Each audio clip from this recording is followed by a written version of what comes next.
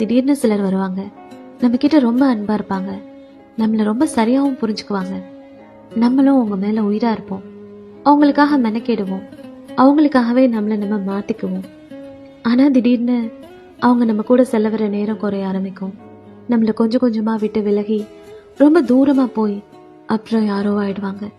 ஏன் அவங்க நம்ம லைஃப்ல வந்தாங்க, இப்படி பாதியிலே விட்டு போறதுக்கு எதுக்காக அவ்வளோ அன்பு காட்டணும், அப்படிலாம் நம்ம கிட்ட 1000 கேள்வி இருக்கும்.